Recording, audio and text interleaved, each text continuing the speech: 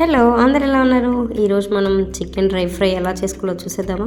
జ్యూసీగా ఎప్పుడు తింటూ ఉంటాం కదా, సో ఒకసారి ఇలా కొంచెం కొత్తగా ట్రై చేద్దామా?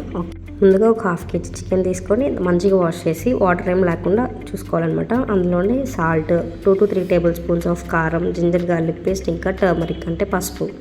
ఆ స్పైసెస్ అన్నీ చికెన్ పీసెస్కి బాగా పట్టేలాగా మ్యారినేట్ చేసుకొని ఒక హాఫ్ అన్ అవర్ నుంచి 1 అవర్ పాటుగా ఫ్రిడ్జ్లో పెట్టుకోవాలన్నమాట.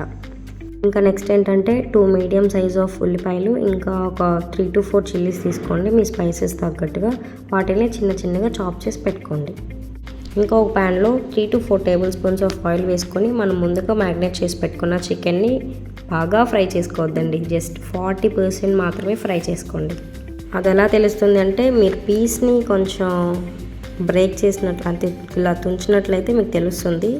జస్ట్ ఒక 50% బాయిల్ చేసి పెట్టుకొని ఇంకా దాన్ని ఒక బౌల్లో సర్వ్ చేసి పక్కన పెట్టుకుందాం.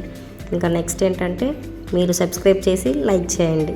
ఆఫ్టర్ దట్ చికెన్ లవర్స్కి ఈ వీడియో షేర్ చేయండి. ఇంకా అదే ప్యాన్లో 1 to 2 table spoons of oil వేసుకొని మనం ముందుగా చాప్ చేసి పెట్టుకున్న ఆనియన్స్ వేసుకొని బాగా ఫ్రై చేసుకోండి. ఆనియన్స్ బాగా ఫ్రై అయిన తర్వాత కట్ చేసి పెట్టుకున్న చిల్లీస్ వేసి ఫ్రై చేసుకోవాలి. ఇందులో మనం యాడ్ చేయాల్సిన స్పైసెస్ ఏంటంటే ధనియాల పౌడర్, జీరా పౌడర్, గరం మసాలా, ఇంకా హాఫ్ టేబుల్ స్పూన్ ఆఫ్ కారం వేసుకొని అవన్నీ ఆనియన్స్కి బాగా మిక్స్ అయ్యేలాగా కొంచెం ఫ్రై అయ్యేదాకా చూసుకోవాలి. ఆఫ్టర్ దట్ మనం ముందుగా ఫ్రై చేసి పెట్టుకున్నాం కదా చికెన్, దాన్ని వేసి బాగా మిక్స్ చేసుకోండి. ఇంక ఇక్కడ వాటర్ ఏం యాడ్ చేయొద్దు. అలానే ఇంకా మీడియం ఫ్లేమ్లో లిడ్ క్లోజ్ చేసి ఒక 15 to 20 మినిట్స్ పాటు కుక్ చేసుకుంటే మీకు అర్థమవుతుంది కదా. ఆయిల్ బయటకు వచ్చేంత వరకు కుక్ చేసుకోవాలి. ఆఫ్టర్ దట్ తీసేసి మంచిగా మిక్స్ చేయండి, ఎందుకంటే ప్యాన్కి స్టిక్ అవ్వకుండా చూసుకోండి. ఇంక ఇక్కడ బాగా డ్రై ఫ్రై అయిందా లేదా అని చెప్పి చూసుకోండి. ఇంకా నెక్స్ట్ ఇక్కడ మీ సాల్ట్ అంతా చెక్ చేసుకోవచ్చు. మీకు ఇఫ్ ఇన్ కేస్ సాల్ట్ ఏమన్నా తక్కువైతే మీరు ఇక్కడ టేస్ట్ చేసి కొంచెం సాల్ట్ స్ప్రింకిల్ చేసుకోవచ్చు అనమాట.